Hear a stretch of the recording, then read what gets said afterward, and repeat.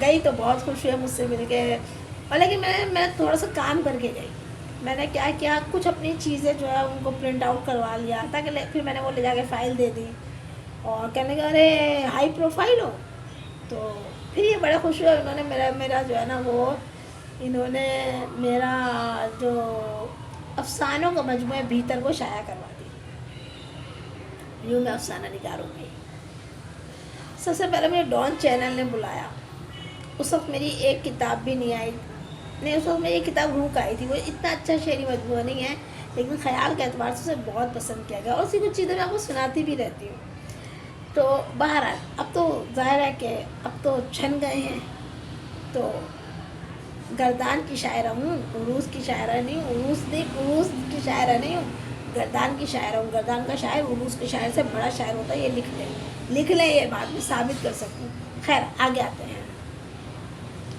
پھر جناب علی اس دوران میں ٹیچنگ بھی کرتی رہی کیونکہ پیسہ کمانا تھا، کیونکہ گھر چلانا تھا. پھر میری کتاب جس وقت میں نے وہ اپنی کتاب بانٹی لوگوں کو، میں نے بائی ہینڈ سب کو دی. میں نے صحافیوں کو دی، میں نے تمام جو ہے سرکاری اداروں میں بھیجی، میں نے تمام جو ہے MNAs کو، MPAs کو، میں نے سب کو اپنی کتاب تحفہ دی. پھر اردو عالمی conference Ahmad Shah president of arts council کراتے ہیں، میں نے ان کو تحفے میں وہ جب جتنے صحافیوں کو انہوں نے بلایا ان کو میں نے تحفے میں دی. باہر سے جتنے لوگ آئے ان سب کو میں نے تحفے میں دی. مستنصر حسین تارڑ ہیں، انور مقصود بھائی ہیں، اور یہ ہمارے جو ہیں ہمارے سابقہ جو شعیب بھائی تھے ہمارے کمشنر کراچی. یہ سب لوگ وہ ہستیاں ہیں جو مجھے میرے نام سے جانتی ہیں، میرے قریب کے لوگ. انور مقصود مجھے بہت اچھی طرح سے جانتے ہیں. آپ انور مقصود سے پوچھیں کہ سر میرا سر صدیقی کیسا لکھتے ہیں وہ آپ کو بتائیں گے. تو جناب علی میں وہ شخصیت الحمدللہ اس رب کا احسان. طلعت بھائی سے 20-22 سال کی میری رفاقت، اور طلعت بھائی سے بلکہ مجھے لگتا ہے کیونکہ آپ دیکھیں نا 32 سالوں میں آپ 5 سال کم کر لیں. طلعت بھائی سے میری اتنی پرانی رفاقت. سرور جاوید بھائی جن سے دنیا ڈرتی تھی، کہتی تھی بھائی سرور جاوید بھائی تو بہت غصے والے. سرور جاوید بھائی کا غصہ میں نے کبھی دیکھا ہی نہیں کہ سرور جاوید بھائی غصہ کرنا، وہ بھی مجھ پر کبھی نہیں.